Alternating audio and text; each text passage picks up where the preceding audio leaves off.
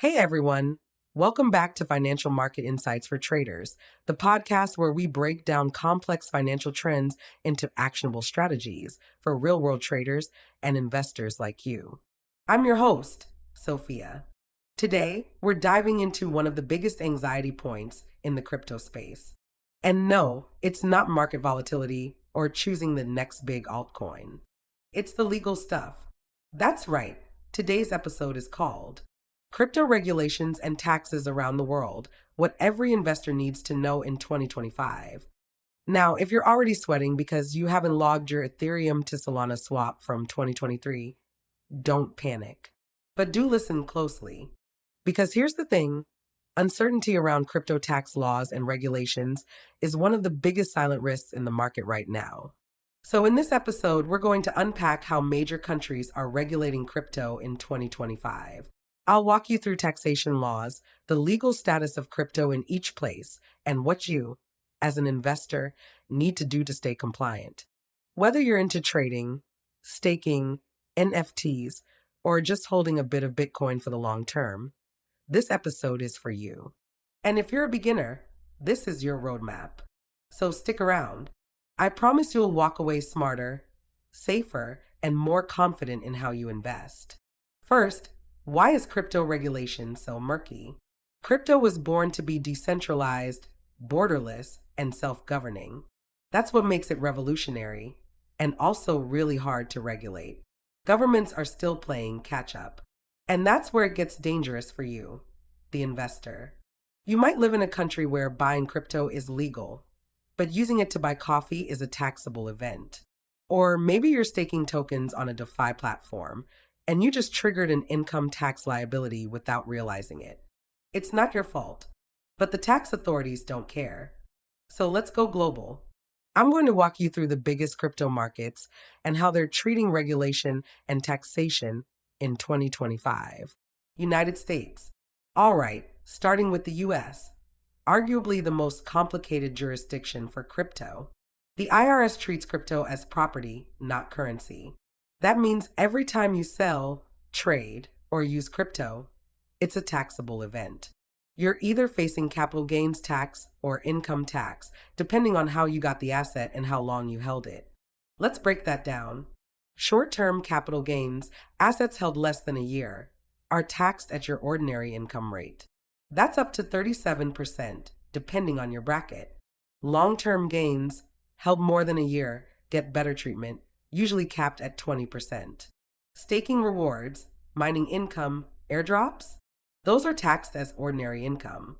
Now, in 2025, enforcement has escalated. The IRS is using blockchain analysis tools to detect unreported trades. So if you think your MetaMask wallet is invisible, think again. Bottom line, track everything. I highly recommend crypto tax software that integrates directly with your exchanges and wallets. Don't wait until tax season. Canada. Moving north to Canada, similar to the US, the CRA considers crypto property. Capital gains apply for investors, and here's the twist. Only 50% of the gain is taxable. But if you're mining, staking, or trading frequently, you might be classified as a business, and then your profits are fully taxable as income. Keep clean records. Every transaction, every transfer, document it. United Kingdom. In the UK, Her Majesty's Revenue and Customs, or HMRC, follows the capital gains model. Selling or trading crypto, that's a taxable gain. Airdrops, mining, and staking, likely considered income. And don't forget, the UK offers a capital gains allowance. In 2025, it's about £6,000.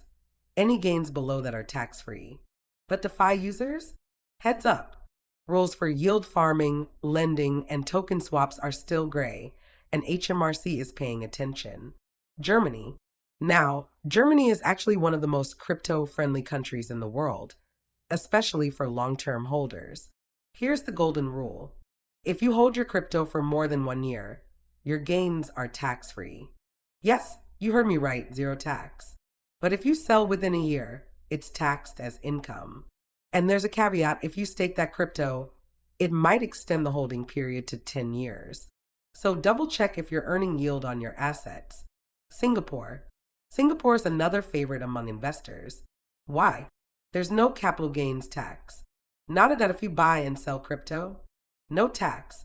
But if you're mining, staking, or trading professionally, you could owe income tax. Still, for passive holders and casual investors, Singapore remains one of the top crypto jurisdictions. Australia. Australia's tax office, the ATO, treats crypto as property. Capital gains apply when you dispose of crypto, which includes selling, trading, or even using it to buy something. But here's the upside. If you hold for over 12 months, you get a 50% discount on your capital gain. Use a crypto-specific tax tracking tool if you're an Aussie investor. Seriously, India. India's made headlines with its aggressive tax structure. A flat 30% tax on all crypto gains, 1% TDS, or tax deducted at source on every single trade. And no, you can't offset your losses. It's a tough climate for traders. A lot of users are moving to P2P platforms or offshore exchanges, which can get legally risky fast. Brazil. Brazil's got new crypto regulations as of 2023. Any gains over BRL 35,000 per month are taxable. Registered exchanges are required to report all user activity. It's becoming more transparent, but also more regulated. So keep your records tight. South Africa. South Africa treats crypto gains as either income or capital gains, depending on how you use it. The tax authority, SARS, expects full disclosure, and that includes wallet balances, DeFi activity, and exchange records. If you're based in SA, don't assume you can fly under the radar anymore.